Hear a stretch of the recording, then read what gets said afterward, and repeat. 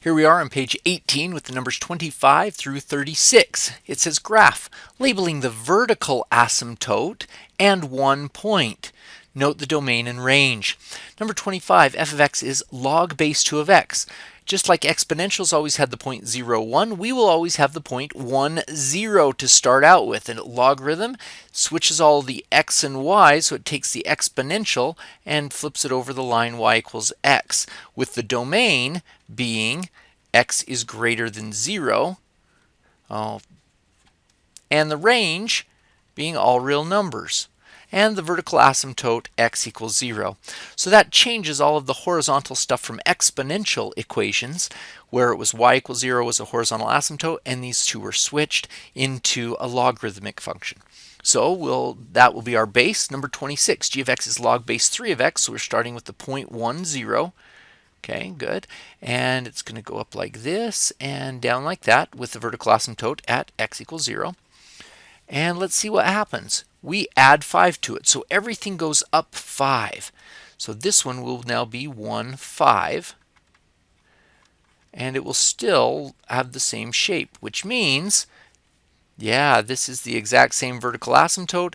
The domain, we can see the set of all x such that x is bigger than 0. We can see that on the graph, that there's nothing above the negative x's.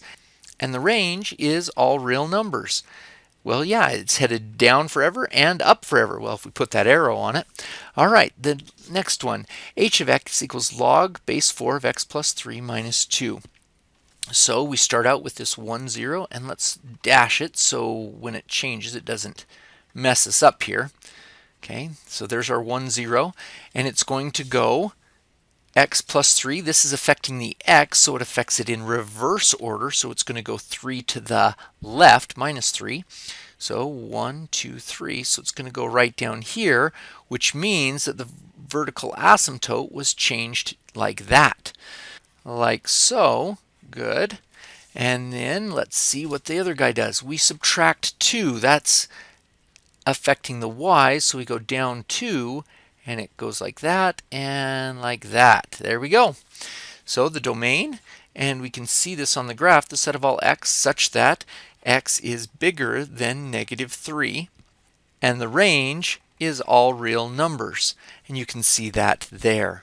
Number 28, negative log base 2 of x plus 4. So we started our 1, 0, and here's our basic logarithmic function of any base. They basically have the same shape here. There we go. And now we're going to, looks like the first thing that happens to the x is it adds 4. So it's going to go 4 in the opposite direction. So it's going to go that way. So instead of x equals 0, we have x equals negative 4. And we've got this point right here. So let's draw that and draw that way. Good. That point is now at negative 3, 0. That's good to know.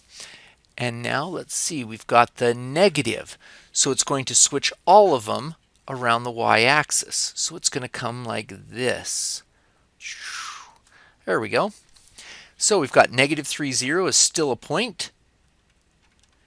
Vertical asymptote is x equals negative 4. That's still in place. And in the domain, we can see that x such that x is bigger than negative 4.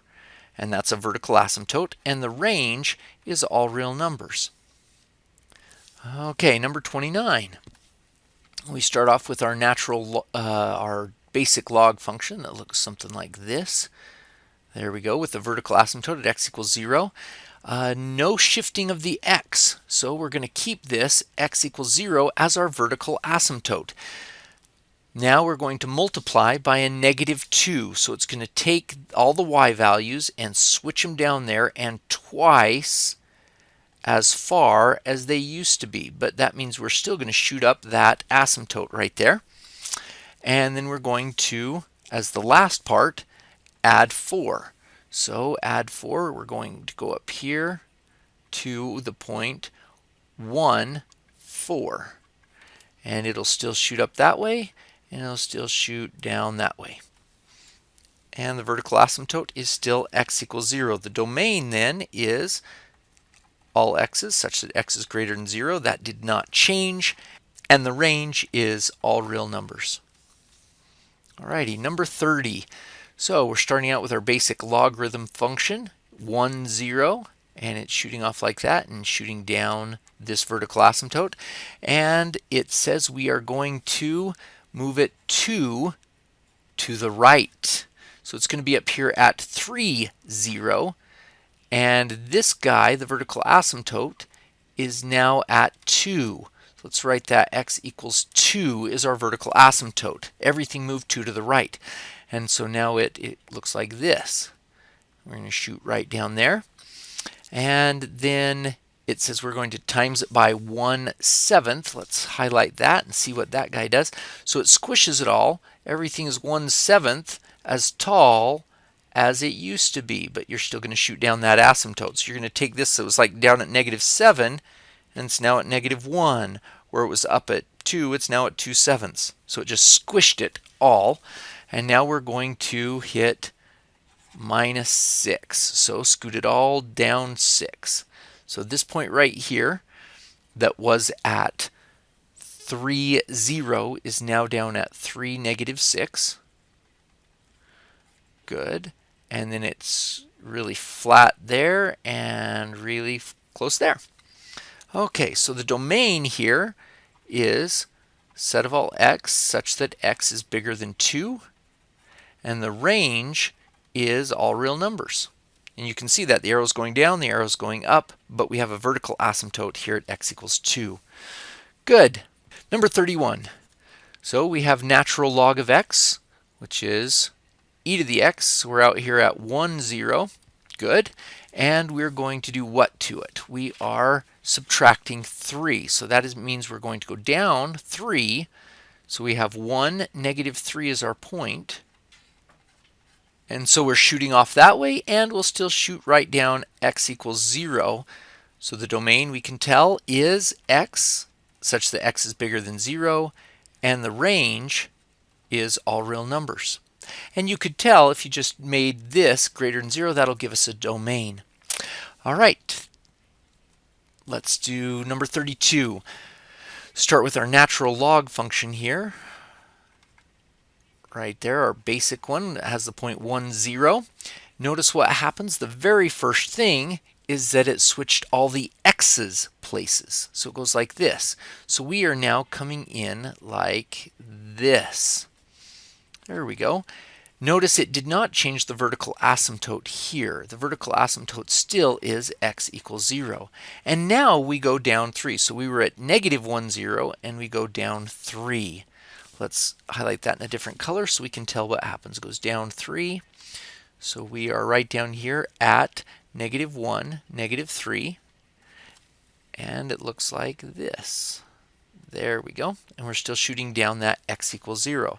So the domain is going to be, in this case, notice we are on the left-hand side. So it's a set of all x such that x is less than 0. And yes, you could have gotten that by looking right here and saying what would happen if -x is greater than 0. Divide by a -1 and it switches the signs, which is what happened to the x's. And the range, standard with all logarithms, is all real numbers. Okay, number 33. We start off with our basic logarithm function at 1, 0. And then the first thing that happens, just like the last one, it has a negative on the x. So it's going to shift all of those opposite. So this is a -1, 0, and it's going to look like this. And notice we still have x equals 0 as our vertical asymptote. Now we're going to times everything by 2. The y value is by 2, so it's going to be twice as tall as it used to be, and twice as tall. Ooh. There we go. And now we're going to subtract 4 at the very end. So we're going to take this -1, 0 and move it down here. So we've got, let's see if I can draw this right now. Good. So we have the point -1, -4. Good.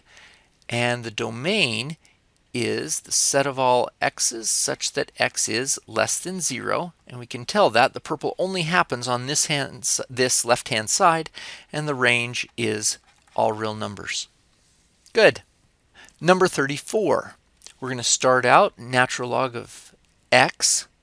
So standard logarithm function looks something like this. Then we're going to have this -2, which shifts it to the right 2. So we're going to be over here at 3, 0 with a vertical asymptote at x equals 2. Then it will look like this. Yeah, something like that.